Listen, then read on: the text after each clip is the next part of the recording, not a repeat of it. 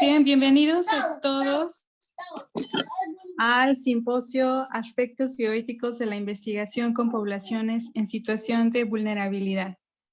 Y en esta ocasión pues tenemos al doctor Javier Sánchez López, quien es el coordinador de este simposio y él es miembro también del Comité de Ética en Investigación del CIPSI. Muchas gracias, Javier, por esta coordinación que has estado haciendo. Y bien, pues también tenemos a 3 invitados más y nos da mucho gusto recibirlos en este espacio.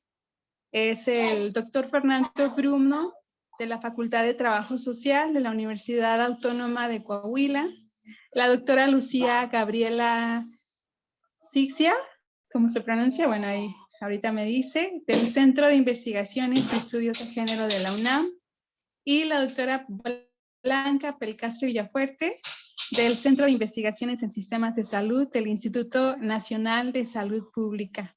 Pues bienvenidos, bienvenidas, y vamos a dar inicio. Te cedo la palabra, Javier. Gracias. Muchas gracias, Cintia, por la presentación y muchas gracias a pues a quienes nos acompañan hoy para compartir este espacio. Yo no me voy a detener mucho porque la verdad los temas me parecen muy interesantes y quisiera escuchar las voces de quienes nos acompañan el día de hoy. Nada más para contextualizar, sabemos que la investigación con seres humanos es un pilar fundamental en el desarrollo científico, social y para promover la salud de todas y todos. Sin embargo, resulta importante sentarnos a discutir sobre las implicaciones bioéticas que tiene la investigación y precisamente el día de hoy nos estamos reuniendo para hablar de esto y en particular en aquellas poblaciones que se puedan encontrar en alguna situación de vulnerabilidad de frente a la investigación. Y pues bueno, la organización que tenemos para este simposio es iniciar con la doctora Blanca Pelcastre, que me voy a permitir presentar.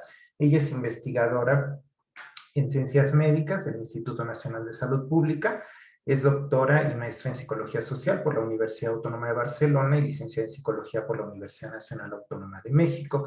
Dirige el área de determinantes y retos de los sistemas de salud en el Centro de Investigación en Sistemas de Salud del Instituto Nacional de Salud Pública. Es miembro del Sistema Nacional de Investigadores nivel 2 y es líder de la línea de investigación institucional Equidad en Salud y Migración y cocoordinadora del programa institucional Salud de los Pueblos Indígenas. Sus grupos de interés son las personas adultas mayores y los grupos indígenas, estudiando la respuesta del sistema a las necesidades de salud de estas poblaciones. Desarrolla investigación con metodología cualitativa y ha sido profesora titular de cursos en Ciencias Sociales en Salud Pública, metodología de investigación cualitativa y bioética en los programas de maestría y doctorado que ofrece el Instituto Nacional de Salud Pública. Ella ha sido miembro del Comité de Ética e Investigación del mismo instituto del 2006 al 2012 y es observadora permanente de dicho comité. Fue becaria Fogarty del programa de capacitación en ética de la investigación de Flaxo en la sede académica de Argentina. Y pues, Blanca, bienvenida, un gusto compartir este espacio contigo y te cedo la palabra para escuchar tu intervención. Muchas gracias, Javier. Gracias por la presentación y también agradezco la invitación a participar en este interesante simposio que aborda una temática en la que particularmente pues estoy interesada en mi trabajo como investigadora. Entonces, me voy a permitir compartir la pantalla. A ver, me dicen por favor si la pueden ver. Sí, se ve bien. Se ve. Muy bien, pues he titulado mi intervención, como dice aquí este título, realizar investigación en salud con poblaciones vulneradas, un imperativo ético. Bueno, voy a tratar de argumentar de alguna manera por qué estoy pues proponiendo que el abordaje o el estudio con estas poblaciones pues tendría que ser un imperativo ético para todas aquellas personas que nos dedicamos a la investigación desde diferentes ámbitos, entre ellos, por supuesto, el de la psicología o el de la salud pública. Bien, para argumentar un poco esto, voy a referirme a las desigualdades que hay en el mundo entero, pues en todos los países, entre los países, al interior de los países, pues se registran desigualdades. Las personas en el mundo somos diferentes, somos distintas en cuanto a hábitos, en cuanto a estilos de vida, en cuanto a formas de ver y estar en el mundo. Hay desigualdades en todo el mundo, pero no necesariamente todas las desigualdades son indeseables. De hecho, esto es lo que hace la riqueza cultural mundial, las desigualdades precisamente, lo que es diferente y lo que contrasta en los diversos continentes. Sin embargo, hay algunas desigualdades que por sus características sí son de alguna manera pues no deseables. Y estas pues son definidas de alguna manera como inequidades. Ahorita vamos a ver, digamos, cómo se definen las inequidades, pero basta con presentar pues estos ejemplos que les traigo aquí con fotografías, ¿no? A estas inequidades nos estamos refiriendo, que de alguna manera me voy a adelantar a esa definición, pues son desigualdades que son injustas, pero que de alguna manera también son evitables. De manera que pues esto va generando brechas entre las poblaciones, brechas de inequidad justamente. Bueno, pues aquí otros ejemplos en donde vemos que las condiciones en las que crecen los menores, las condiciones sociales, ese contexto social que acompaña pues el nacimiento y el crecimiento de los menores, configura precisamente esas posibilidades de salud que tienen cuando son mayores. Entonces, ese contexto de vida al principio de la vida misma es determinante de alguna manera pues de ese estado de salud que estas generaciones tienen en el futuro. Estas circunstancias de pobreza social y económica tienen entonces una repercusión importante sobre la salud de las personas durante toda la vida. De manera que aquí vamos concibiendo la salud como algo mucho más complejo que solo el estado biológico, fisiológico de un organismo, porque tiene que ver justamente con esas condiciones de vida y con el acceso a recursos, a servicios y sobre todo a oportunidades. De manera que no es coincidencia, no es una mera, digamos, no es algo menor. Este dato, por ejemplo, la gente que vive en situaciones de calle tiene las más altas tasas de muerte prematura. Y justamente estos resultados se dan por el limitado acceso a bienes y servicios que estas poblaciones enfrentan. Específicamente en el ámbito de la salud, que es al que me dedico, particularmente desde la docencia y la investigación, pues hay datos también que son muy alarmantes, pero son también reflejo de estas inequidades a las que me refería hace un momento. Y también traigo aquí, basta mencionar dos indicadores, que por cierto son los que se consideran más sensibles en relación al desarrollo de los países o los estados. Son indicadores de desarrollo de alguna manera. Y me refiero a la muerte materna, la mortalidad materna, que pues se registra con mucha mayor intensidad entre los municipios indígenas, ¿no? Donde una mujer indígena tiene 3 veces más riesgo de morir que una mujer no indígena, o hay un riesgo de muerte materna indígena 9 veces mayor en regiones indígenas que en otras regiones no indígenas o mejor comunicadas. El otro indicador es el de la mortalidad infantil. El de la mortalidad infantil, que también es poco menos del doble en municipios indígenas en comparación con los no indígenas. Y me refiero a estos dos indicadores porque no hay nada en la condición o en la identidad de ser indígena que nos pueda explicar estas diferencias. Estas diferencias en los indicadores no son otra cosa más que el reflejo de estas inequidades a las que me estoy refiriendo desde un principio, a estas limitadas oportunidades que tienen estas poblaciones para acceder pues a una vida saludable, a mejores condiciones de vida que les permitan de alguna manera pues vivir mejor.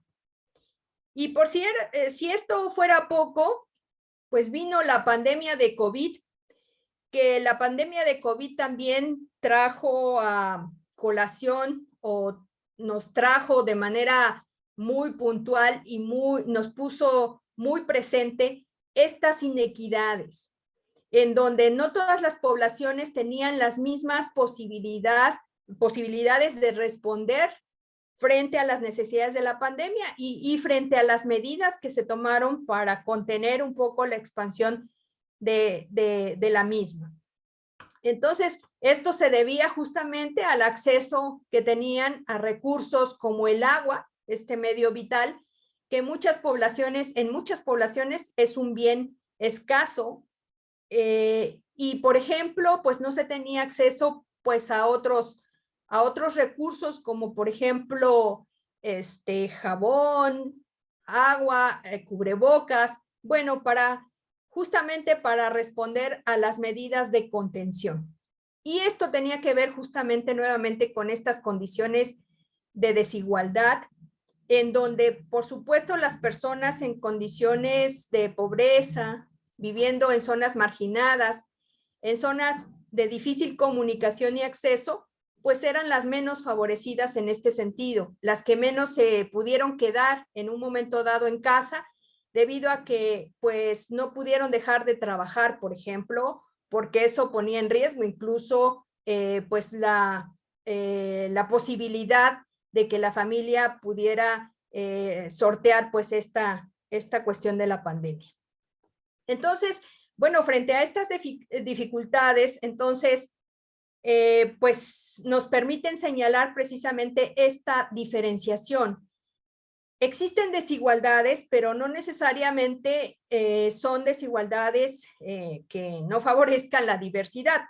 Pero hay y esta cuestión de la desigualdad es una categoría más de índole como descriptiva, porque nos permite pues conocer cuál es el perfil tal vez de una población, de una comunidad, de una sociedad en particular.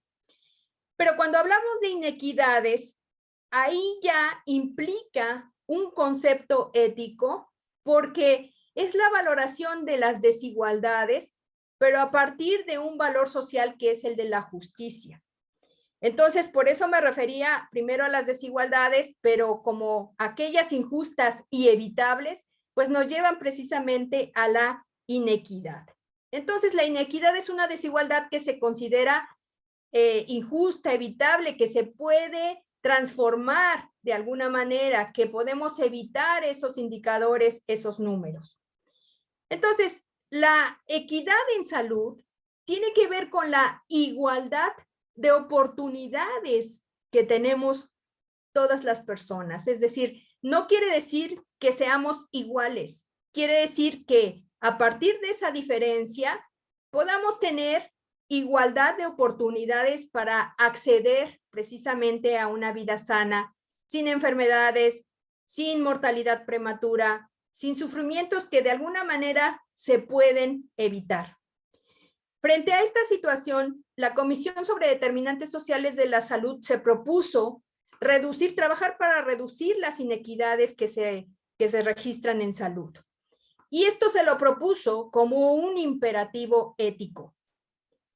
Y retomo precisamente esta iniciativa de la Comisión de Determinantes Sociales de la Organización Mundial de la Salud, precisamente para argumentar por qué estudiar o hacer investigación en salud con poblaciones vulneradas, como son las que acabo de describir, resulta un imperativo ético. Bueno, resulta un imperativo ético porque todas las personas deberíamos tener igual capacidad para estar sanas en primer lugar. Todas las personas tendríamos que tener la capacidad de vivir una vida pues que valoramos. También es cierto que la salud es algo complejo y algunos aspectos de la salud pues se vinculan o se relacionan con otros aspectos del desarrollo humano. Es decir, las sociedades que no pues acceden a una vida sana, pues también comprometen otras esferas del desarrollo humano. Entonces es una dimensión que se relaciona con otras.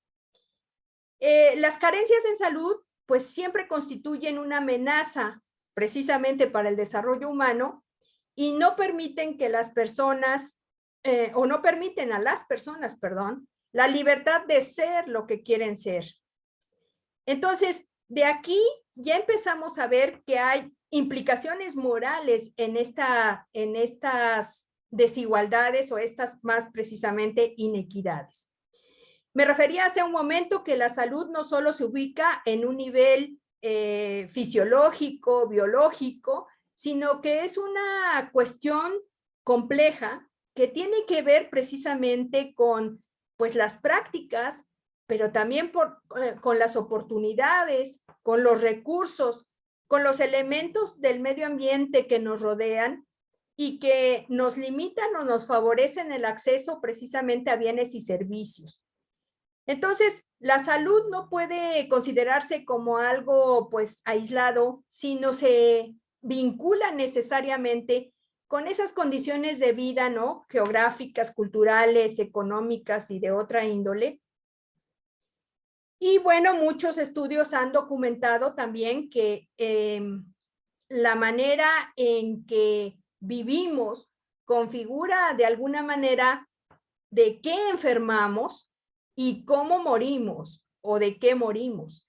Entonces, la enfermedad y la muerte están vinculadas con la forma en la que vivimos, pero la forma en la que vivimos no siempre es la forma en la que queremos vivir, sino es la forma en la que nuestras condiciones, nuestras circunstancias nos permiten vivir. Entonces, bueno, pues justamente por eso es que las personas no es que enfermen porque quieran enfermar. De pronto enferman porque no tienen acceso a ese recurso vital que les decía hace un momento, que es, por ejemplo, el agua potable. Enferman porque tienen que caminar grandes distancias para acceder pues a su trabajo de pronto. Enferman porque tienen largas jornadas de trabajo para más o menos compensar un ingreso digno. Enferman porque en su vivienda no existen las condiciones necesarias de higiene o accesos a alimentos de calidad que les permitan estar sanas. Entonces, como esto se puede evitar, se puede transformar, de ahí que hay un compromiso que deberíamos de tener presente, que es justamente nuestra responsabilidad colectiva frente a la salud colectiva. Y es este mejoramiento global de la salud y buscar el bienestar colectivo. Y esto debería ser un imperativo ético en nuestro quehacer como investigadores e investigadoras. Pero también esto se puede extender a otros ámbitos, por supuesto. Yo estoy hablando desde el ámbito de la investigación. 3 minutos. 5. De acuerdo. Esto implica un nuevo contrato, debería implicar un nuevo contrato entre la ciencia y la sociedad. De pronto, a lo mejor se ha dicho ya mucho esto de que los resultados de las investigaciones deberían poderse aplicar de forma tal que permita el mejoramiento de estas condiciones de vida, la transformación de estas condiciones de vida. Esto, pues no siempre se logra, aunque se ha dicho, no siempre los resultados de investigación se traducen en un mejoramiento para las condiciones que viven las sociedades. Este nuevo contrato de la ciencia con la sociedad debería implicar un compromiso profundo, real, muy fuerte, de generar investigación que permita como fin último, digamos, el desarrollo social a través de la aplicación del conocimiento para mejorar las diferentes formas y condiciones de vida. Entonces, es una investigación que se va dirigiendo más a transformar esas condiciones de vida y a un compromiso real con el bienestar de las comunidades. Estos son los valores que deberían estar presentes, digamos, cuando hacemos investigación, porque son los valores que sustentan la equidad. Pues el respeto, por supuesto, por las comunidades, por las diferentes circunstancias de vida, de ser, de estar de las poblaciones, pero un profundo compromiso con ellas de manera que desarrollemos esta solidaridad hacia las circunstancias que acompañan a las personas. Por supuesto, a partir del reconocimiento y el respeto de sus propios valores y necesidades, pero también desarrollando una profunda humildad frente al reconocimiento de también nuestra labor limitada hasta cierto punto para responder a todas ellas. Finalmente, la propuesta de que la ética sea el eje articulador de varios elementos, ¿no? Entre ellos los que se mencionan aquí, particularmente el de la investigación con un alto valor social. ¿Qué significa esto? Pues desarrollar investigación basada en la justicia social y la equidad, porque una investigación que no contribuye a promover pues tanto la justicia social como la equidad, desde el punto de vista ético, no se podría justificar. Entonces, la invitación es a que reflexionemos en nuestra propia práctica de investigación, asumamos esta responsabilidad que tenemos frente a la salud de los demás. La salud no solo es responsabilidad de la persona, sino es una responsabilidad colectiva, y sumémonos a que a partir de esta práctica de investigación podamos contribuir a transformar esas condiciones de vida y sumar a la equidad. Pues hasta aquí mi presentación. Agradezco mucho nuevamente el espacio y la oportunidad de charlar con ustedes. Gracias, Javier. Muchísimas gracias, Blanca. Muy interesante. Por ahí tengo algunas incógnitas y preguntas y discusiones que quisiera abrir contigo, pero precisamente vamos a dejar un espacio al final del simposio, de la presentación de las y los tres, y daremos entonces espacio también para que quienes nos acompañan puedan generar sus propias preguntas. Y bueno, entonces con esto daría pie a la presentación del doctor Fernando Bruno, quien voy a permitirme presentar. El doctor Fernando Bruno es sociólogo por la Universidad de Marsella I y doctor en filosofía por la Universidad Autónoma de Nuevo León. Desde su graduación se incorporó como profesor investigador de tiempo completo en la Universidad Autónoma de Coahuila, en la Facultad de Trabajo Social. Él pertenece al SNI 1 desde el 2021 y es perfil deseable desde el 2020. Sus áreas de interés giran en torno a la vejez en sus diferentes experiencias de vida, redes de apoyo social y bienestar social. En su trayectoria como profesor ha realizado estancias en instituciones de educación superior en Lisboa, Portugal, donde también publicó un artículo científico y ha colaborado durante 3 años en un equipo multidisciplinario de investigación en esta área. Hace 3 años inicia su investigación acerca de las redes de apoyo social desde una perspectiva del curso de vida en Saltillo. Bienvenido, Fernando, nuevamente, y un gusto compartir este espacio contigo. Adelante. Bueno, muchísimas gracias, Javier, por la presentación y a todos los que nos están escuchando y siguiendo. Bueno, me voy a permitir compartir la presentación. ¿Me confirman si se la pueden visualizar? Sí, se ve bien. Perfecto. Bueno, muy bien, bueno, muchísimas gracias. Soy Fernando Bruno, como me presentaron en la Facultad de Trabajo Social, y me gustaría el día de hoy sumarme a esta mesa con un tema que me parece sumamente interesante acerca de la vejez y bioética, algunos desafíos y contradicciones. No tengo ni la más mínima pretensión de hacer un examen exhaustivo, sino más que nada de problematizar y ver algunas contradicciones y desafíos con respecto a estos temas, y les confieso que algunos puntos en común con Blanca van a existir. En primer lugar, bueno, continuar confirmando lo que las estadísticas nos han arrojado, y es que se continúa con este envejecimiento de la población, justamente estas mejores condiciones de vida, este sueño tan valorado del ser humano de poder vivir más, de estirar la vida lo máximo posible, ha hecho aumentar la esperanza de vida hasta alcanzar, digamos, niveles de longevidad muy superiores que aún no han acabado, y ese es el gran desafío, ¿no? Entonces esta pirámide de la población empieza ya a abultarse como una forma de pera, con lo cual empieza a marcar un proceso de envejecimiento al menos prematuro.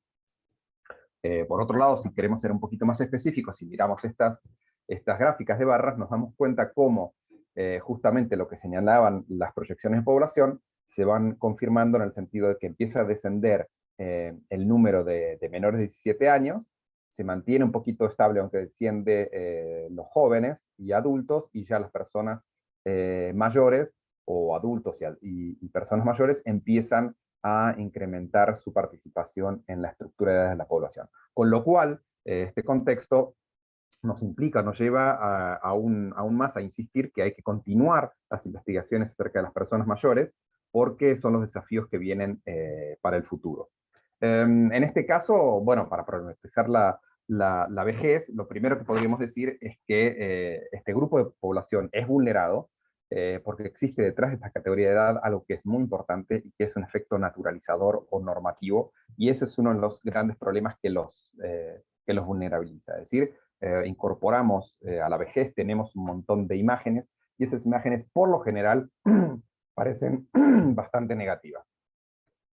¿Qué podemos hacer? Primer gran desafío, yo creo, es tratar de deconstruir. La idea de construir es una idea bastante compleja, pero la podemos hacer algo bastante accesible. Es decir, la deconstrucción reconoce que no hay nada fuera del texto, que todo está mediado por la palabra, y que es esa palabra que habla por nosotros, más de que nosotros podamos intervenir o tratar de ver las cosas realmente de otra manera. Hay un discurso hegemónico que se creó sobre todo con la aparición de la modernidad, en donde aparecía la verdad como simetría de realidad, es decir, todo aquello que puedo comprobar real es la verdad, y bueno, aparece este discurso y movimiento posmoderno, que es una oposición, en realidad, es un proyecto de oposición a justamente ciertos parámetros de la ciencia, la verdad y la realidad, y nos damos cuenta que en realidad estamos prisioneros, por eso esta idea de sujeto, ¿no? Como sujeto estamos sujetos,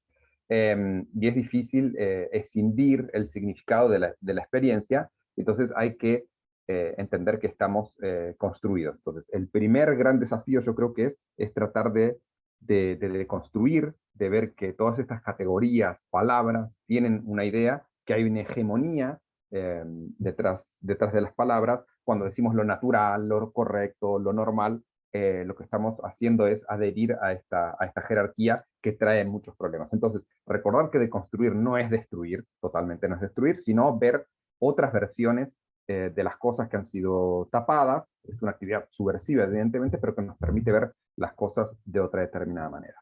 ¿Por qué planteo lo de construir? Bueno, porque justamente una de las categorías, conceptos que más necesitan de construirse es el de personas mayores o vejez, porque justamente se ha biologizado y socializamos ese aspecto biológico, sobre todo de las personas mayores.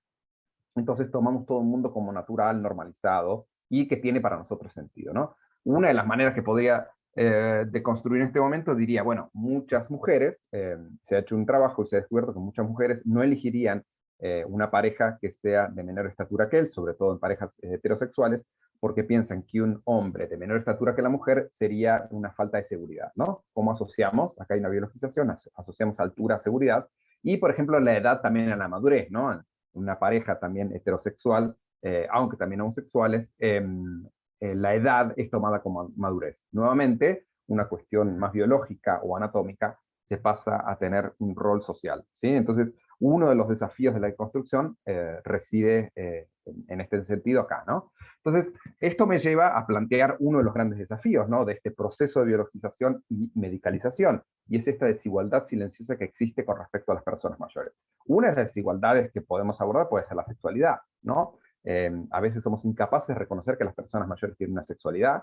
Tan incapaces somos que cuando un hombre mira a una mujer más joven, vemos eso como algo terrible, viejo verde, le dicen en Argentina, viejo rabo verde, ¿no? En el siglo pasado se decía, cuando llegas a los 60 años ya abrí tu vinoteca, o no sé, colección de películas, o alguna otra actividad, o pintura, pero la sexualidad ya no lo podemos reconocer en las personas mayores, está algo mal visto. Esto tiene toda una raíz muy interesante en la cuestión del debate de género y sexualidad, ¿no? Pero bueno, todos estos mecanismos inconscientes se nos han incorporado y de manera simbólica, y es imposible a veces de ver y luchar contra estas desigualdades que muchas veces son silenciosas.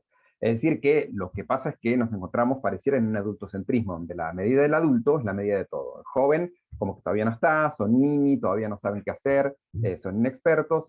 Las personas mayores ya no están porque ya su ciclo productivo y reproductivo ha acabado, por tanto los estamos acarreando a un espacio invisible de la sociedad, y entonces queda el adulto como medida de todo. El resto, bueno, o no hagas nada porque ya sos una persona mayor, o hace algo con tu vida porque estás perdiendo tiempo, ¿no? Entonces, algunos de los desafíos que ya habíamos abordado con Javier Sánchez en ocasiones anteriores, y que creo que me resultó muy interesante, es el desafío de la inclusión, ¿no? Y la tolerancia con respecto a las personas mayores. Recordemos primero que el concepto de exclusión es el antónimo de ciudadanía. Cuando una sociedad trabaja conforme a la inclusión de las personas, evidentemente que esto tiene que ver mucho con el concepto de ciudadanía, que es un ciudadano, una persona plena de derechos, que se respetan sus derechos y se incluye. Pero bueno, acá hay un problema porque pedimos a las personas mayores y a otras personas que tengan ciertas características para poder tolerar. Entonces, el desafío de la tolerancia es que a veces no tolero 100% y no acepto totalmente al otro. No acepto totalmente al otro porque me falta a mí un trabajo, justamente, de desotrarme, de entender que yo también soy una persona construida socialmente, y necesitamos esto, desnaturalizar la exclusión como la llevamos a cabo a veces día a día de manera muy consciente. Ahora, si tratar de trabajar el tema de exclusión en las personas mayores, yo diría que, bueno, está compuesta claramente por una cuestión de discriminación. Esta discriminación, ¿sí? Establecer alguna diferencia con respecto a esta categoría tiene mucho que ver con los estereotipos, ¿no?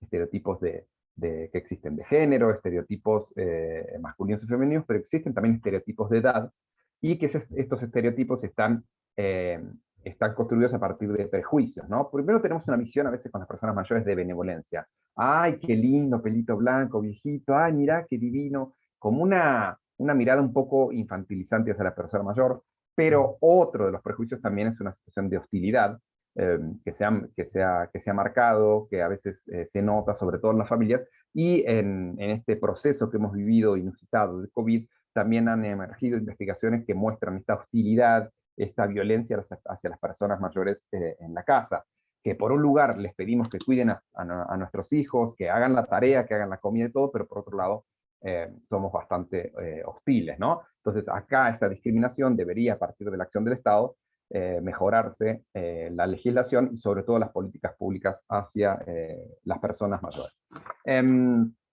Cuando hablo de políticas públicas, pero sobre todo cuando hablo de legislación, no quiero perder el tiempo y detenerme un poquito, y ya me voy acercando hacia el meollo de esta presentación, y es la Convención Interamericana sobre la Protección de los Derechos Humanos de las Personas Mayores, que apareció en 1995 y que México hasta ahora no ha firmado. Dentro de esta convención existen numerosos artículos y que algunos de ellos me van acercando un poco al discurso que presentó recientemente Blanca, en el sentido de que esta discriminación hacia las personas mayores es discriminación múltiple, ¿sí? Porque ahí está aún el desafío un poco más grande, porque una discriminación de un solo elemento quizás se puede trabajar de manera más clara, pero cuando la discriminación es múltiple, ¿sí? Por raza, por edad, por sexo, bueno, se hace mucho más complejo, ¿no? Entonces, cuando hablamos de discriminación, hablamos de, primero, tratar a iguales, tratar de la misma manera a personas diferentes, o tratar diferentes a personas iguales, ¿sí? Ese es el debate en torno a la discriminación. Entonces, los diferentes artículos que componen esta convención justamente abordan el derecho de las personas mayores, sobre todo en el ambiente de salud, derecho, sobre todo, y prevenir tratos de tortura, crueles, inhumanos, el derecho a la participación comunitaria. Sin embargo, a mí hay uno que sobre todo me llama la atención, que no lo vamos a leer porque no es el interés, pero este artículo número 6 del derecho a la vida y a la dignidad en la vejez, porque es aquí donde quisiera yo detenerme, dado que me interesa el tema de la muerte al final de la vida, ¿no? Y justamente este artículo pregona la idea de que las personas mayores, sobre todo, tienen que tener un derecho de decisión, cuidados integrales y sobre todo cuidados paliativos, y los problemas relacionados con el miedo a la muerte, enfermedades terminales, son sumamente sensibles a recibir discriminación por parte de las personas mayores, por dos debates diferentes que vamos a ver en un momento, ¿sí? Por un lado, presentar a la muerte, la cuestión de la muerte. Bueno, no es una cuestión fácil realmente de presentar y de debatir con el poco tiempo que tenemos. Sin embargo, simplemente decir algo. Tenemos una idea de la muerte que siento yo que es una derrota de la ciencia. Por un lado, bueno, una victoria de la ciencia en el sentido de que pudo estirar, como iniciamos esta presentación, pudo estirar nuestro pasaje, nuestra vida, nuestra esperanza de vida, pero es una derrota que aún no ha podido ganar la muerte, ¿no? Esto tiene mucho que ver y lleva a un posicionamiento de lo que podemos decir como un reloj cultural o social, ¿no? Que marca estatus, roles, cómo la vida y la llegada a la muerte me puede marcar realmente un TikTok del tiempo y de los roles de las personas, y sobre todo esta idea que también ya había dicho anteriormente, cómo este tema biológico que impregna el envejecimiento y la muerte. No podemos ver la muerte como un punto final y como algo que esperamos. Todo relato, todo en nuestro mundo que nos rodea siempre tiene un final, y no podemos ver a la muerte como este punto final, como el relato tenía su tiempo, como una cuestión histórica. No podemos ver como el final de la vida y, bueno, encontrarle sentido después a esta muerte. La muerte la vemos como una derrota, como algo que hay que huir, y mientras más cerca estoy de ella, significa que mi vida va perdiendo cada vez más valor. Seguramente cualquier persona que uno le pregunta si le ofreces vivir un año más, 10 días más o 100 años más, aceptaría totalmente. Y cuando vamos llegando a la muerte, diríamos, bueno, me gustaría vivir cada vez más, ¿no? Entonces ahí vemos que hay un debate con respecto a la muerte. Los debates y contradicciones con respecto a la muerte son muchos, pero algunos que a mí me llaman la atención es, primero, el principio de relatividad, ¿no? Ya vamos a unos principios bioéticos, en el sentido de que la vida no es un bien absoluto y la muerte tampoco es un mal absoluto, ¿no? Esto se tiene que debatir porque tenemos una mirada que la muerte es lo malo y la vida siempre es lo bueno.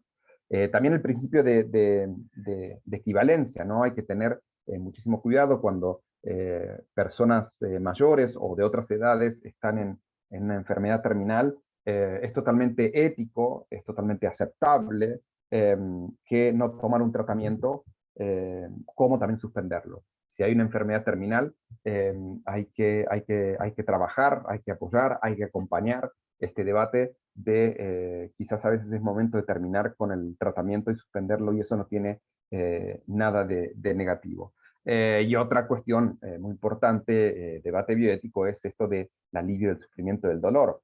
Cuando ya no hay más salida, cuando una enfermedad es terminal y es irreversible, es el momento también de trabajar y de pensar esto de aliviar el dolor y el sufrimiento, y no seguir estirando la vida como algo que sea tan preciado y un bien absoluto. Algunos debates también que se me ocurre, contradicciones, es por un lado, primero el derecho a la vida, ¿no? Tenemos el derecho a la vida, pero el derecho a la vida tampoco nos da obligación a vivir. Tenemos el derecho a la vida, defendemos la vida, pero eso no significa que esté obligado a vivir. Otra cuestión muy importante también y que entró en debate, sobre todo en la época de COVID, es la autonomía del paciente, en el sentido de que el paciente, persona mayor, no significa porque sea una persona mayor que no pueda decidir. No podemos seguir soportando esta situación de exclusión y discriminación a que se le pregunte a los hijos qué quieren hacer con los padres. Si la persona está dispuesta, tenemos que respetar el derecho a autonomía del paciente a decidir. Otro debate que evidentemente es muy presente en la bioética en relación con las personas mayores y el último ciclo de vida, es el tema de eutanasia y voluntades anticipadas, ¿sí? Muy interesante, y sobre todo la cuestión de los costos y la calidad de vida, ¿no? No solamente estirar la vida, que también genera muchísimos costos, y pueden ser costos para las familias sumamente importantes y catastróficos, y si esos costos, ese esfuerzo que estamos haciendo, evidentemente traerá calidad a las personas. Ya para ir prácticamente acercarnos al cierre de esta presentación, bueno, un concepto muy, muy conocido por quienes abordan temas bioéticos es la optimización terapéutica, ¿no? Que lisa y llanamente, cuando una persona se encuentra en situación de terminalidad, bueno, hay que evaluar ese tratamiento y no obstinarnos a que siga vivo a cualquier precio, cuando a veces, en casos, el mismo paciente ya no tiene para él sentido la vida y prefiere realmente ponerle un término, ¿no? Entonces se acerca al principio de beneficencia y no maleficencia, y no prolongar la vida innecesaria en el proceso de morir. Ahora, muy bien, acercándome también nuevamente a lo que Blanca presentó, ella hablaba como de desarrollo social o desarrollo de las personas. Acá hay un concepto muy interesante que es el del libre desarrollo de la personalidad, y que esta presencia jurídica es fundamental en el sentido de que en el debate bioético, al final de la vida, muerte y personas mayores, hay que también tener en cuenta que las personas tienen este derecho de desarrollar su personalidad libremente como un derecho, y entonces el Estado debe respetar que individualmente cómo quiero ser, sin ninguna coacción, ¿no? Esto es un debate que creo que es fundamental tener. Bien, por último, ya quedándome 2 minutos, estos desafíos y contradicciones que estuvimos observando a lo largo de estas diapositivas me llevan a varias preguntas, ¿no? Bueno, ¿más vida, mejor vida? ¿Será realmente el propósito del ser humano estirar cada vez más la vida? ¿Esto me llevará a vivir mejor? Bueno, esto tiene un debate también con respecto a la calidad de vida objetiva, pero también sobre todo subjetiva. Vemos que el envejecimiento también ha llegado con mucha desigualdad, como también la anterior presentación abordaba, y es un desafío muy, muy grande que tenemos con el proceso de envejecimiento, sabiendo que la presencia de personas mayores en la estructura de población va a ser cada vez más presente. Entonces hay que seguir trabajando con respecto a la desigualdad. ¿Son las personas vulnerables? Bueno, algunos autores dicen que todos somos vulnerables, porque si la vulnerabilidad es la falta de capacidad de poder adaptarme o enfrentar una situación en la cual mi vida está en riesgo, que es un concepto bastante flexible porque puedo estar en riesgo por muchas cosas, todos somos vulnerables porque todos vamos a morir. Sin embargo, las personas mayores, por esta discriminación, biologización que hemos abordado, creo que corresponden a una población vulnerable que hay que seguir trabajando, ¿no? Con respeto, ¿sí? Porque a veces respetamos a las personas mayores, pero también a veces las marginamos, porque justamente, y con esto termino, muchas veces tengo una muerte social, pero una vida biológica, es decir, que estoy vivo, mi cuerpo y mi corazón sigue latiendo, sin embargo, socialmente soy una persona discriminada, con desigualdad, vulnerable, marginada, y entonces esto me acerca mucho más a pensar que las personas mayores están vivas, pero tienen una muerte social. Muchísimas gracias. Muchísimas gracias, Fernando, por tu presentación. Igual, a mí siempre me surgen miles de preguntas, trataré de contenerme y ser bastante breve en la sesión de preguntas. pero sin lugar a duda, y bueno, es un tema que a mí particularmente me toca por parte de trabajo que hacemos en mis grupos de investigación, me parece muy relevante. Y bueno, con esto damos inicio a la última intervención de este seminario, que está a cargo de Luchicha y que me voy a permitir presentar. Se doctoró en estudios de género por la Universidad de Buenos Aires, Argentina, y es licenciada en biotecnología por la Universidad Nacional de Quilmes. Realizó 2 años de investigación en el Departamento de Fisiología del Sistema Nervioso de la Facultad de Medicina de la Universidad de Buenos Aires como becaria doctoral del CONICET. Reorienta su trabajo hacia la epistemología feminista, finalizando el doctorado en el Instituto Interdisciplinario de Estudios de Género en la Facultad de Filosofía y Letras de la misma universidad. Formó parte del Instituto de Investigaciones Filosóficas desde el año 2014 hasta el 2018. En el año 2017 obtiene la primera mención del Premio de Bioética auspiciado por la Fundación Dr. Jaime Roca por su trabajo El sexo y el género como variables en la investigación biomédica y la práctica clínica. Actualmente es investigadora del Centro de Investigaciones y Estudios de Género de la UNAM en el área de género en la ciencia, la tecnología y la innovación. Sus líneas de investigación son epistemología feminista, salud mental y mente corporizada, nuevos materialismos feministas, epigenética y reinterpretación de las diferencias biológicas en el marco de las normativas de género. Pues nada, qué bueno que nos acompañas, Lu, y nuevamente un gusto compartir el espacio contigo. Bienvenida. Muchas gracias a vos, Javier, por la invitación. ¿Se me escucha bien? ¿Sí? Sí. Bueno, gracias a Fernando y a Blanca, que no les conocía, un placer. Y no tengo presentación, así que si el resto que está en la sala está en condiciones de prender la cámara, se lo agradezco para romper con el imaginario que hablamos con fotos, estaría genial. Bueno, yo voy a hablar un poquito de mi trabajo, y mi trabajo, como les decía Javier, tiene que ver con un análisis crítico a la producción de conocimiento biomédico. Me centré mucho tiempo en el neurocientífico, pero este último tiempo amplié un poquito las disciplinas que analizo. Entonces, la idea de la ponencia de hoy es problematizar la categoría sexo en el ámbito biomédico y mostrarles que en realidad es un sesgo que venimos arrastrando anacrónicamente, digamos, desde la modernidad, y que es un obstáculo para acceder a una mejor comprensión de las prevalencias, el desarrollo y el tratamiento de enfermedades. Para eso caractericé como cuerpos vulnerables todos los cuerpos que por uno o más motivos estamos subordinados en una lectura androcéntrica. Por lectura androcéntrica me refiero a la lectura androcéntrica moderna. Por lectura androcéntrica moderna me refiero a una lectura desarrollada por un sujeto específico durante la modernidad, y es el varón cis, blanco, adulto, propietario heterosexual. Por cis me refiero a las personas que se continúan identificando con el género asignado al nacer. Ahora bien, ¿quiénes somos los cuerpos subordinados dentro de esta lectura androcéntrica? Bueno, todos los cuerpos feminizados. Y esos cuerpos feminizados van a incluir no solo a las cismujeres, sino también a las transmujeres, a los transvarones, a las personas trans no binarias, y también a las personas que nos corremos de la heterosexualidad. No necesariamente de la heteronorma, son dos cosas diferentes, no las vamos a discutir acá, pero quienes somos parte de la comunidad LGBT, ¿no? Y cismujeres heterosexuales, por supuesto, también. Ahora bien, ¿por qué identifico estos cuerpos como cuerpos vulnerables? Porque la lectura androcéntrica moderna lo que va a hacer es legitimar la segregación por sexo en distintas esferas sociales, pero esas esferas se extienden a instituciones y evidentemente incluyen la institución biomédica. Entonces, esa segregación por sexo va a impactar a todos los cuerpos que valemos menos que el cuerpo que encarna el cis varón. Y esta infravaloración lo que va a generar es un sesgo a la hora de entender el sexo como categoría analítica, metodológica y epistémica en la producción de conocimiento biomédico.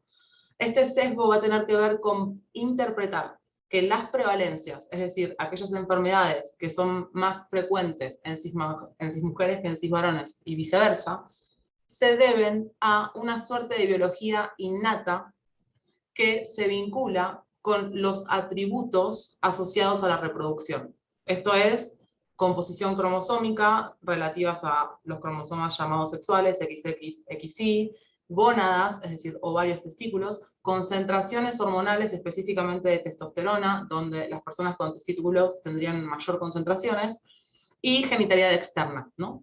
Este aparato reproductivo pareciera dar cuenta, ser la causa explicativa fundamental de las prevalencias, y no solo de las prevalencias, sino también de la forma de enfermar, del desarrollo de la enfermedad y también del tratamiento de la enfermedad. Lo que yo le vengo a proponer a ustedes es que cuando hablamos de los estudios de géneros y los feminismos que queremos igualdad, entendida la igualdad en el plano político, en contra de la desigualdad, no tiene que ver con las diferencias estarían en un plano ontológico del ser, obviamente bregamos por las diferencias y la pluralidad, pero exigimos igualdad de acceso, que esto de vuelta tiene que ver con la esfera política. Entonces, cuando de los estudios de género y los feminismos hablamos de igualdad, tenemos diferencias hacia adentro de cómo la entendemos. Y hay una premisa, la más popular, es que existen diferencias entre cisvarones y cismujeres, de acuerdo a dos tipos biológicos, sobre la base de las posibilidades reproductivas, y por eso hablamos de un dimorfismo sexual, estas dos formas biológicas, y el problema es que estas diferencias están jerarquizadas. Entonces, lo que hay que hacer es desjerarquizar las diferencias. ¿Cómo? Incluyendo, por ejemplo, a las hembras en los estudios preclínicos y a las cismujeres en los estudios clínicos, para considerar el sexo como variable biológica. Es decir, sosteniendo que el sexo efectivamente da cuenta y es causa explicativa de las formas de enfermar y de los tratamientos farmacológicos específicos. Ahora yo les propongo dar vuelta a la premisa y decirles que en realidad el problema no es que existan diferencias y estén jerarquizadas. El problema es que para dar continuidad a una lectura jerárquica de los cuerpos, durante la modernidad, esa lectura jerárquica se va a justificar sobre la idea de dimorfismo sexual. Si esto es cierto, lo que tenemos que hacer entonces, desde una lectura crítica, es ver si esta idea de dimorfismo efectivamente es válida y da cuenta de las prevalencias, el desarrollo y el tratamiento de enfermedades. Y acá yo incorporé un concepto que es el de neodimorfismo, porque esto estamos hablando desde la modernidad, podemos hablar desde el siglo XVIII, ¿no? Pero ya en la segunda mitad del siglo XX, o primer tercio del siglo XX incluso, con el avance técnico y tecnológico que escaló a nivel molecular la descripción de los cuerpos en clave dimórfica, se hizo cada vez más difícil sostener la idea de dos formas excluyentes entre sí. Entonces, en el neodimorfismo que yo sugiero, hablo de diferencias promedio. Ningún discurso científico, ni el más reaccionario y conservador, va a hablar de dimorfismo sexual de una manera seria, porque evidentemente, de vuelta, desde lo molecular al comportamiento encontramos solapamientos. Entonces, sí se habla de diferencias promedio. Y estas diferencias promedio se suelen explicar sobre la idea de los roles de nuestros ancestros en la reproducción y las posibilidades reproductivas asociadas. Y estas diferencias promedio entonces serían el resultado de esta composición cromosómica, gonadal, hormonal y genital.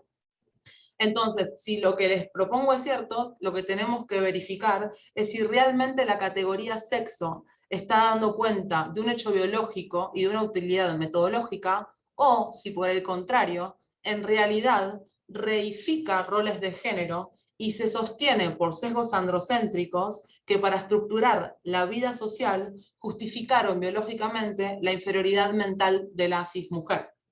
¿Esto qué quiere decir? Que lo que hoy llamamos género, en ese contexto del siglo XVIII, digamos, se llamaban roles sociales. Entonces, los roles sociales polarizados por las demandas de una sociedad precapitalista va a ir al compás de una reinterpretación de la diferencia sexual, donde esa polarización se proyecta en la idea de dimorfismo sexual. Y ahora bien, las cismujeres se abocan al espacio doméstico por su tarea reproductiva, y los cisvarones se abocan al espacio público por su rol de macho cazador. Entonces, lo que nos encontramos en esta polarización, de vuelta, es una sincronización con la descripción biológica de los cuerpos.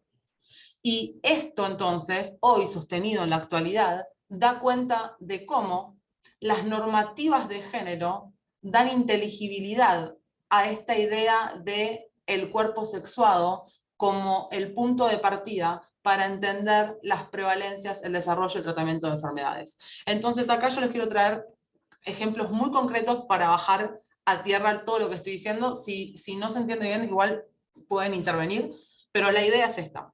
La categoría de sexo es usada para agrupar a las personas sobre la base de la genitalidad externa.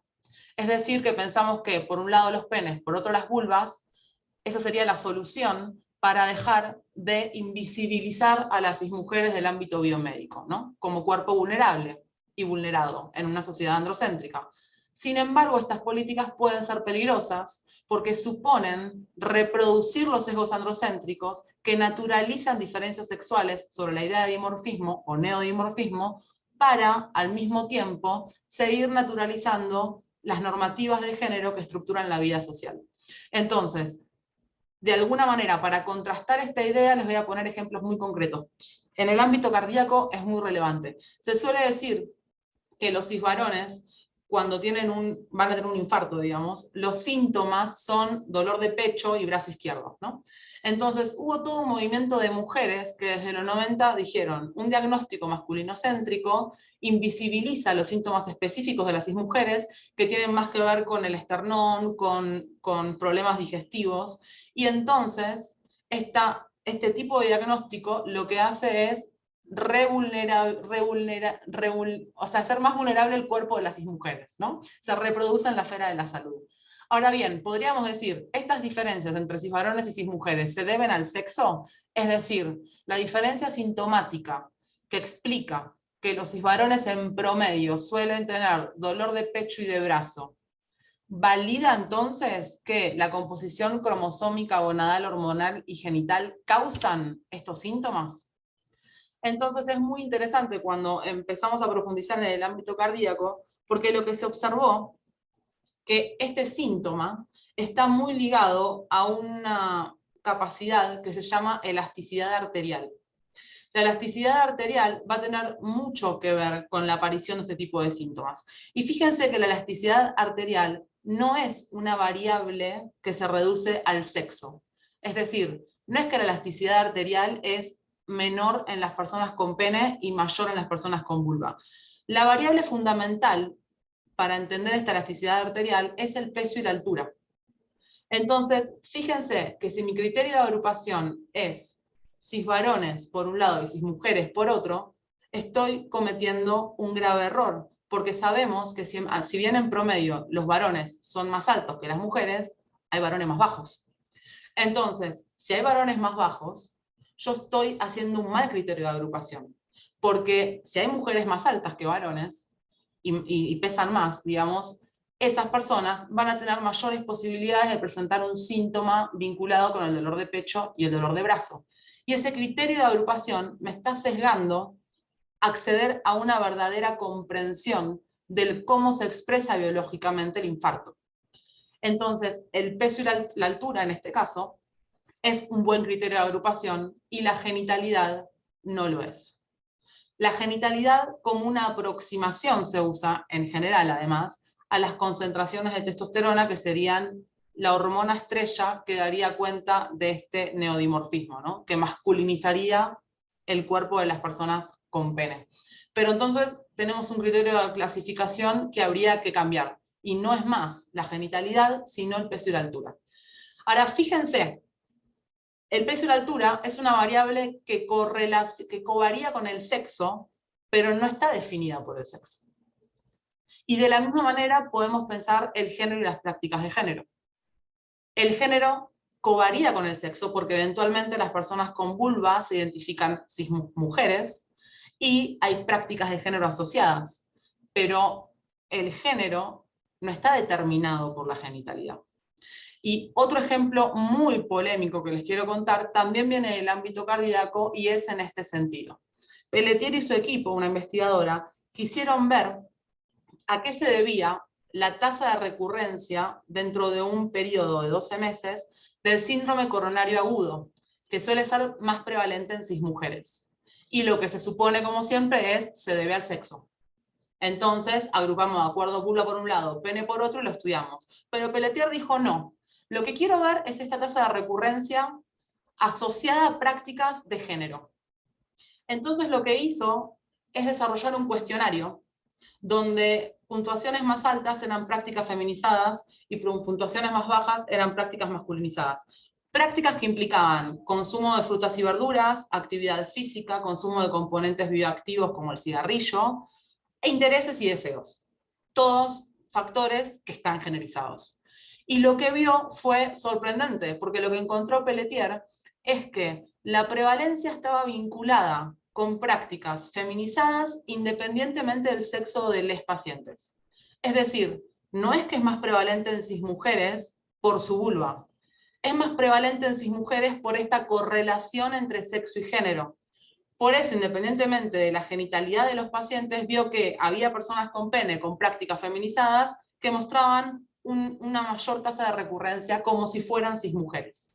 Se dan cuenta de la relevancia de poder corrernos de este criterio de clasificación rígido que se entiende sobre la base parte de una biología innata, inflexible, no plástica, determinada y determinante. El otro ámbito del que les quiero comentar un poquito es el farmacológico. Y acá entramos con un dilema bioético muy fuerte y poco conocido, la verdad, sobre todo en América Latina, y para mí tiene que tener mucha interpelación, porque estamos hablando, también en el ámbito cardíaco, ¿no? Pero acá hay un hecho concreto, estamos hablando de vida o muerte, con la mala praxis. La mala praxis diciendo que la segregación por sexo es el punto de partida. En el ámbito de la farmacología se suele suponer que la farmacocinética, es decir, la tasa en la administración, la distribución, la metabolización y la eliminación de un fármaco, depende de un conjunto de enzimas que están en el hígado. Y se supone que esta expresión enzimática varía por el sexo. Entonces acá tenemos un doble problema. El primero es que las hembras y las cismujeres suelen excluirse. Entonces se tiene al macho como el universal y se extrapolan los resultados a las hembras y después a las cismujeres. Lo que hicieron los institutos de salud de diferentes países, y el paradigmático es el estadounidense, es decir, incluyamos hembras y mujeres de acuerdo al sexo como variable biológica. Igual que este movimiento de salud de las mujeres hizo en el ámbito cardíaco, ¿no? La inclusión de la mujer como variable biológica. Ahora bien, evidentemente no hay que omitir hembras y cismujeres, estamos de acuerdo, pero el punto, el dilema bioético es discutir de qué forma la incluimos. ¿Por qué? Porque la inclusión del sexo como variable biológica nos llevaría a reproducir los sesgos que describí antes. Agrupaciones genitales cuando, por ejemplo, la elasticidad arterial depende del peso y la altura, y cuando la tasa de recurrencia dentro del periodo de 12 meses del síndrome coronario agudo depende de prácticas generizadas. Y fíjense que esto es controversial sobre todo en el ámbito de la farmacología. ¿Por qué? Porque lo que sucedió con esta misma lógica, fíjense, fue que en el 2013 la FDA, que es el ente regulador de fármacos y alimentos estadounidenses, 5 minutos, Lu. Sí, exigió que el Zolpidem, que es un hipnótico para dormir, se dosificara de acuerdo al sexo. ¿Por qué hizo eso? Porque resulta que 2 mujeres habían tomado el fármaco para dormir y al otro día se quedaron dormidas manejando y se mataron en un accidente de auto. Estamos hablando de 2 muertes de mujeres, que no fue un mal uso, una mala prescripción médica, simplemente fue una dosis universal del fármaco. Y lo que dijeron después de esas 2 muertes es, hay que hacer una dosis diferencial porque varía por sexo. Entonces, es el segundo fármaco, creo, el único, después de otro, que tiene una dosis diferenciada según el sexo. Ahora, ¿qué pasó? Hubo una horda de estudios buscando las diferencias de sexo, agrupando vulvas por un lado, penes por otro, para dar cuenta de esa diferencia en la metabolización del fármaco. Porque lo que pasó evidentemente es que las mujeres tomaron la dosis, fue muy alta para ellas, y el fármaco duró más en sangre, entonces se quedaron dormidas manejando. Ahora, ¿a qué se debió que tengan menos metabolización de este fármaco? ¿Al sexo?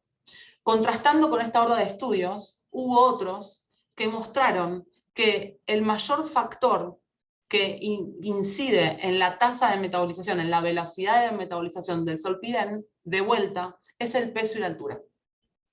Entonces, una vez más, agrupar de acuerdo al sexo implicaría un sesgo con dilemas bioéticos, con una mala producción de conocimiento, porque evidentemente, de vuelta, hay mujeres más bajas que varones, hay mujeres más altas que varones y varones más bajos que mujeres. Entonces, para los varones más bajos y menos pesados, puede haber una sobredosificación de zolpidem si toman la dosis hecha para cisvarones. Y para mujeres más altas y más pesadas, puede haber una infradosificación del zolpidem si toman la dosis para las cismujeres. Con esto quiero concluir diciendo que la categoría mujer como universal se justifica sobre la idea de sexo como universal.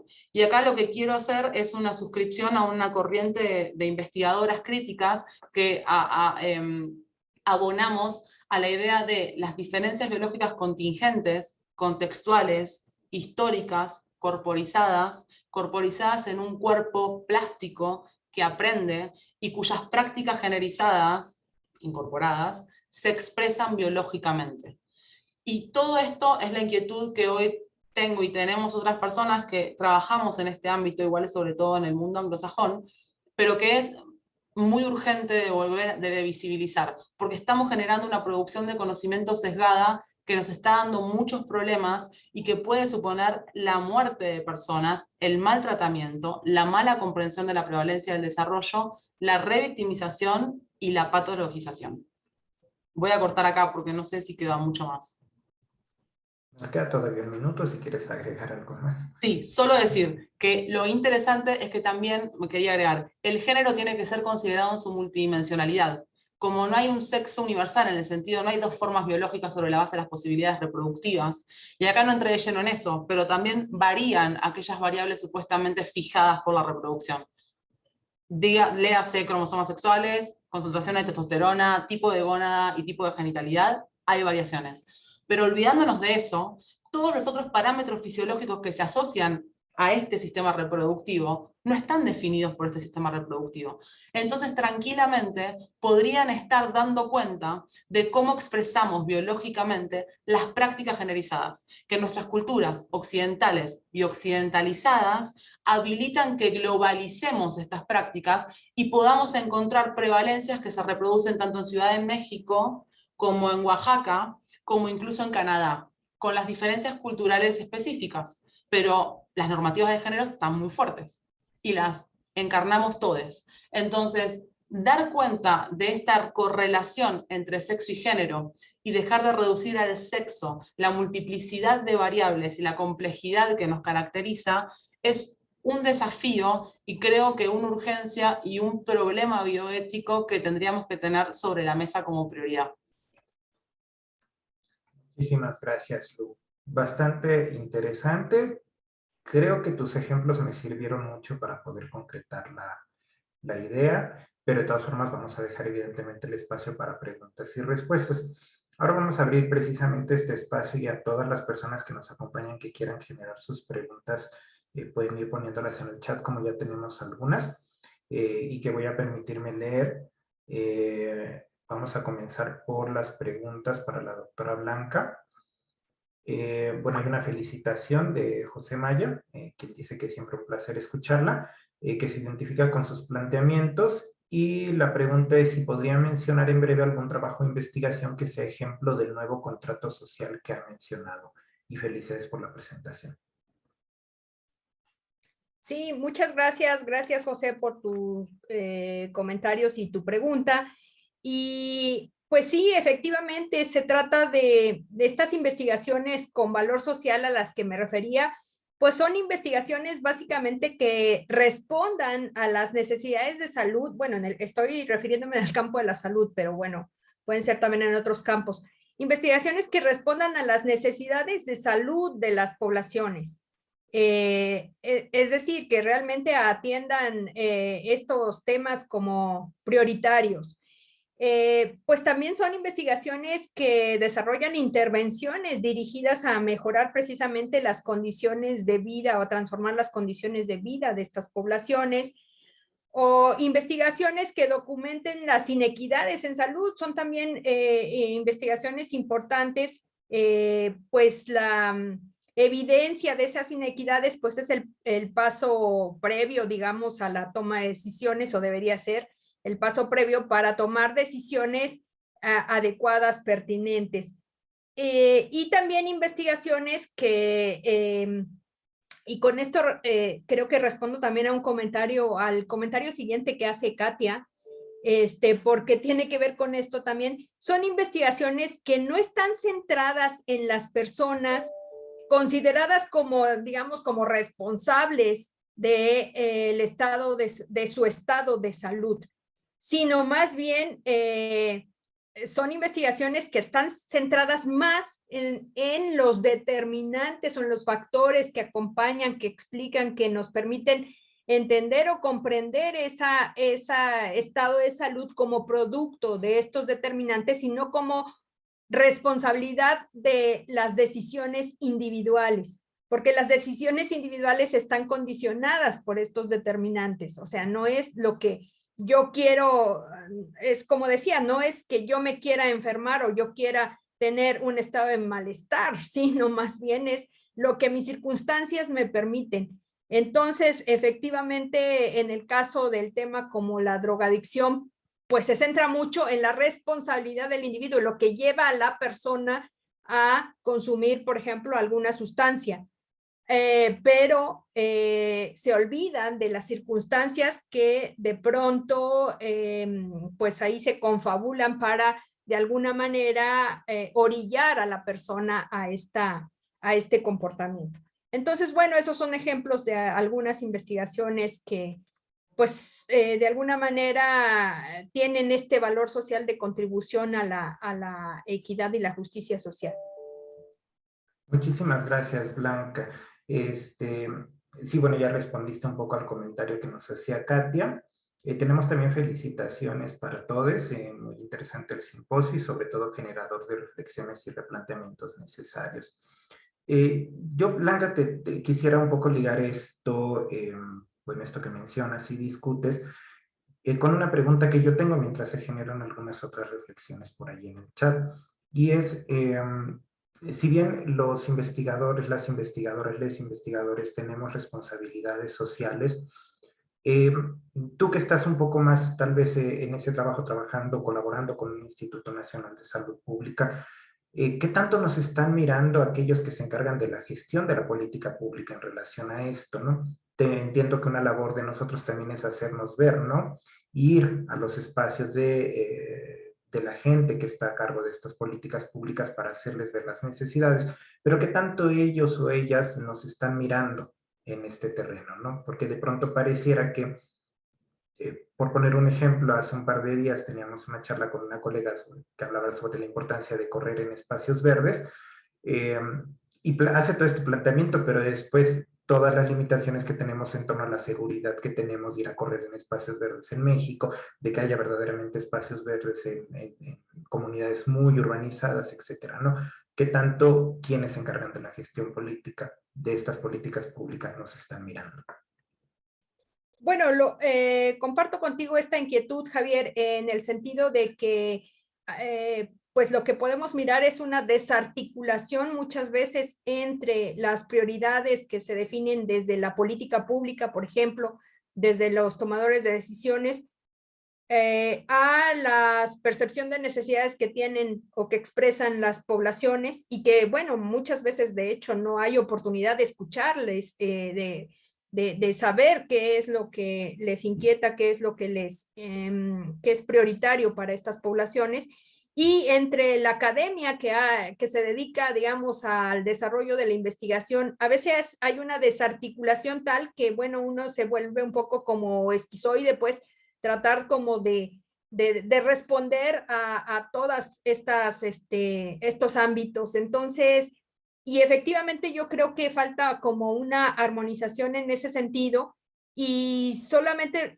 podría comentar respecto a tu inquietud que pues para lograr esa armonización es necesario justamente esto que tú mencionabas, un poco como la labor de difusión, de traducción del conocimiento, porque muchas veces se queda en un nivel pues muy poco operacionalizable Entonces, los resultados de investigación me refiero. Entonces, yo creo que hace falta mucho esta labor como de traducción del conocimiento que permita, que facilite de alguna manera, pues que vayamos encaminándonos a ver precisamente pues las mismas necesidades y a identificar las mismas prioridades. Entonces, de pronto, pues hace falta trabajar más en ese sentido.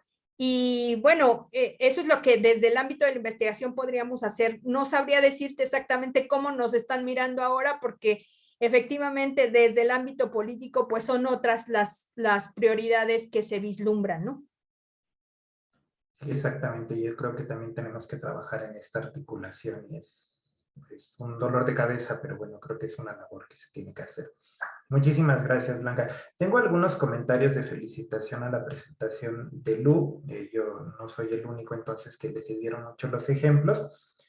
Voy a leer algunos de ellos. De la doctora Bernarda, muy pertinentes las reflexiones sobre la categoría de sexo en investigación, más si se retoma durante décadas en muchos estudios psicológicos que incluyeron solo a hombres y los resultados se generalizaron a todos los humanos. INCE también se suma a estas felicitaciones y agradecimientos por los ejemplos concretos que tiene Lu, que le permitieron, dice como muy ignorante en temas biomédicos, comprender el punto, y felicidades al simposio completo. ¿Tienes algún comentario, Lu? Sí, que solo sabes que me olvidé de decir, Javier, por lo que comentaba, que Bernardina era, ¿no? Gracias. Que cuando hablé justo que la forma de inclusión no es del sexo como variable biológica, esto evidentemente no implica no incluir a las mujeres. En realidad hay que incluir todas las corporalidades para tener la mayor representatividad de la especie, pero no que eso implique una variable reducida a las posibilidades reproductivas. Eso es fundamental. Sí, creo que el punto tiene que quedar muy claro en ese sentido, y precisamente en este sentido, Lu, yo me había anotado aquí una pregunta, mientras se generan otras preguntas en el chat. Y bueno, en este mood de establecer algunos ejemplos, nos hablaste de un estudio donde precisamente se habla de más bien género como categoría y no sexo como categoría, en este estudio que hace esta investigadora que nos mencionaste como ejemplo, pero no sé si pudieras precisar un poco más cómo generar estas propuestas, porque es de relevancia también para nosotros que somos miembros de comités de ética en investigación cuando hacemos estas revisiones de protocolos. ¿Cómo se concretaría el ir transitando de estas categorías de sexo como asignación biológica a estas categorías de género que tal vez nos permitirían obtener resultados que son más confiables para temas que no tengan que ver solo con el género, sino la salud, como ya lo has mencionado, ¿no? Sí, súper, Javier. Mira, yo creo que algo fundamental es la metodología que propone, por ejemplo, el estudio de Pelletier y que muchos investigadoras abogamos, es generar criterios de agrupación donde haya personas con distintas genitalidades, pero que tengan en común ciertas prácticas generizadas, ¿no? Entonces, por ejemplo, mujeres trans, mujeres cis varones gays, que puedan llegar a tener identificación con lo femenino, y por eso prácticas asociadas, que puede llegar a tener que ver, por ejemplo, con el consumo, la forma de alimentarse, por ejemplo, con esta idea de la actividad física, cuál y cuánto, por ejemplo, con el consumo de componentes bioactivos, puede dar luz a que quizás ese patrón de comportamiento está explicando algo que se supone que es más prevalente en cismujeres en términos de enfermedad, por ejemplo, enfermedades autoinmunes,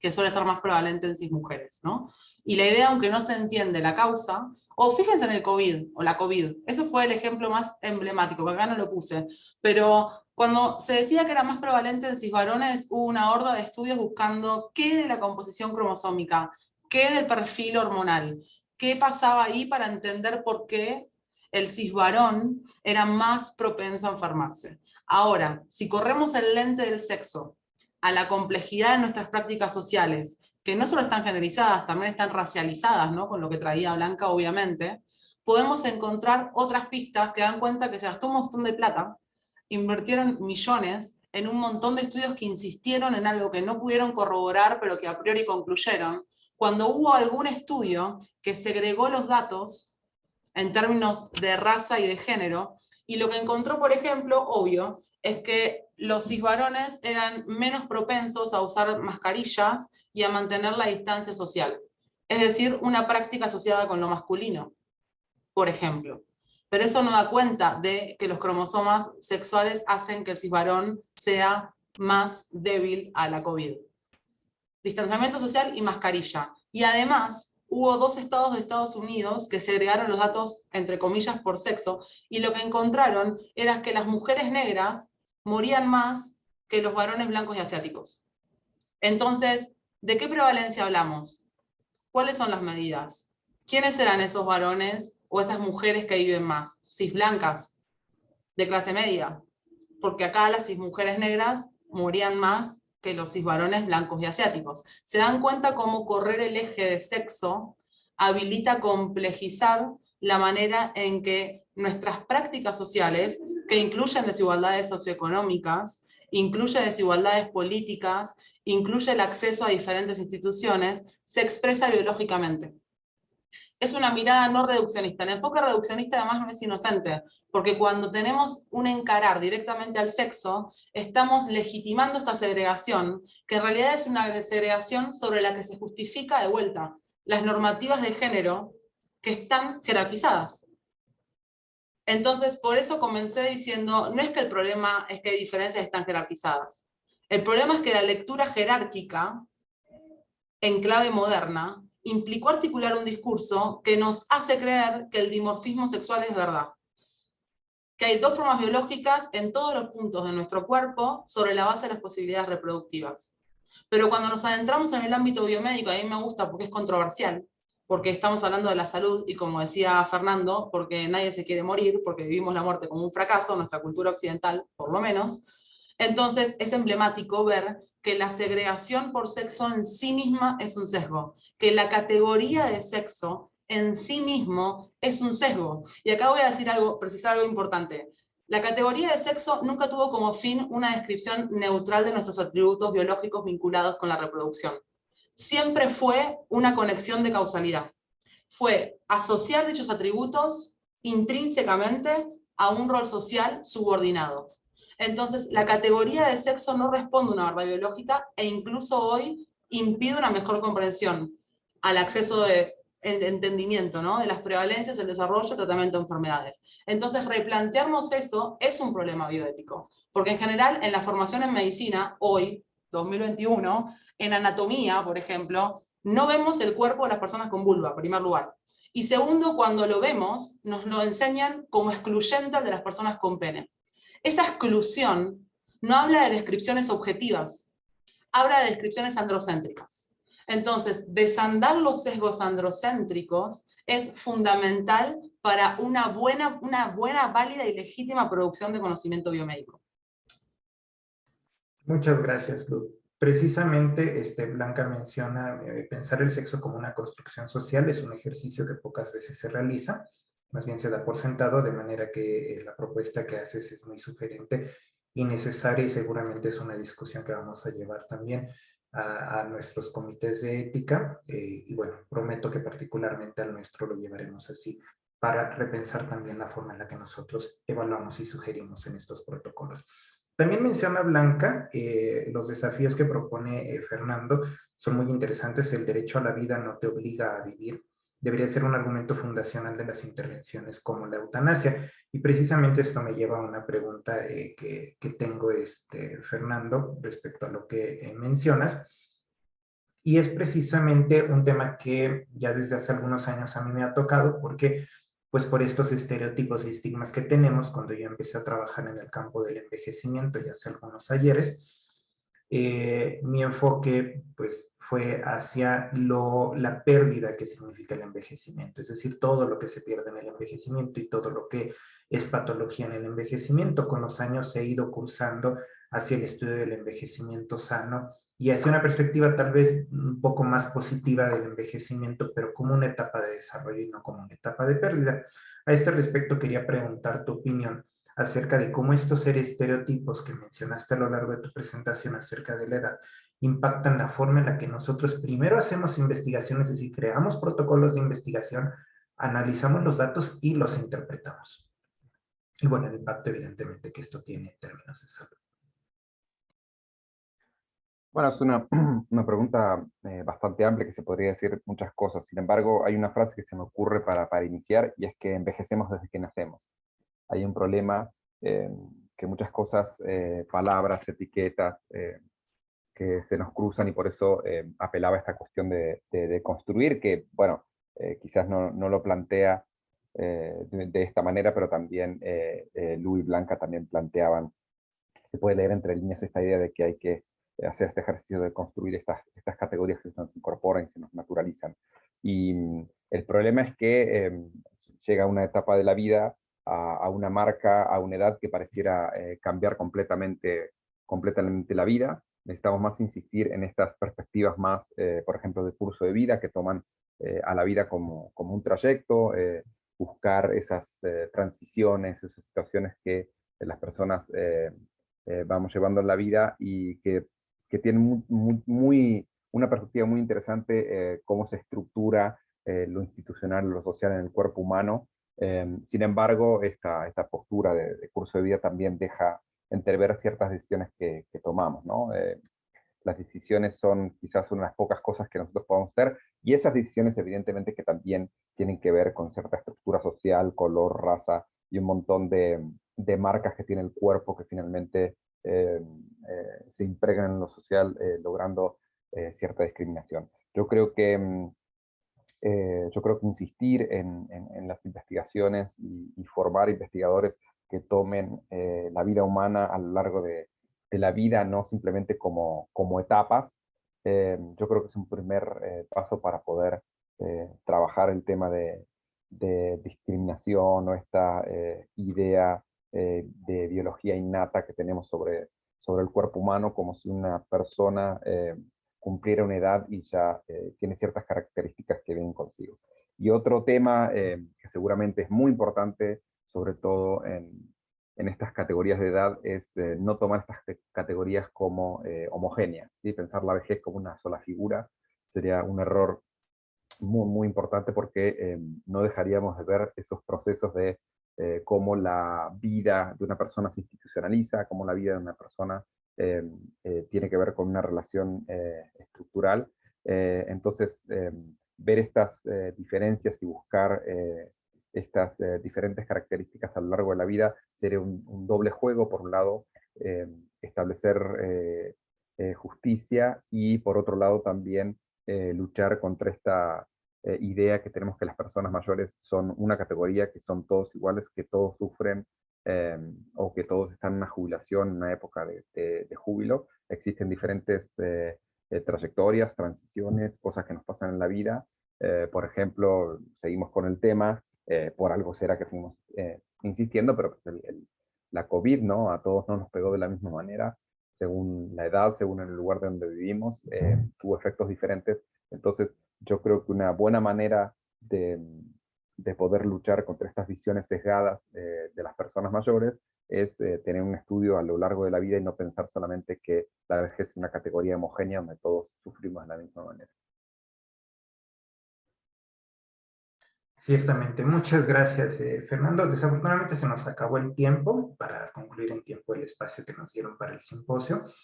Y nuevamente agradezco, la verdad es que fue muy placentero compartir el espacio con ustedes. Fue muy enriquecedor porque aparte son temas que tocan tanto lo que yo hago profesionalmente y los intereses que tengo que se cruzan con lo profesional y lo personal.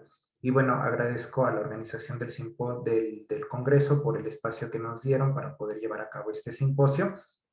Y regreso la palabra a la maestra Cintia Flores para concluir esta participación. Muchas gracias, Javier, Fernando, Lu, Blanca, por estas reflexiones, esta propuesta que nos hacen repensar, ¿verdad? en el campo de las investigaciones en el área de la salud.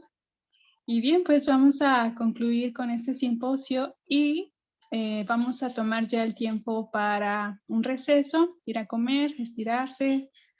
Les invitamos a poder estar aquí a las 4 de la tarde y escuchar la conferencia magistral que se llama Paradigma Eco, Humano y Pensamiento Complejo, Rutas de Resistencia Colectiva al Neoliberalismo, de la doctora Juana Suárez Conejero.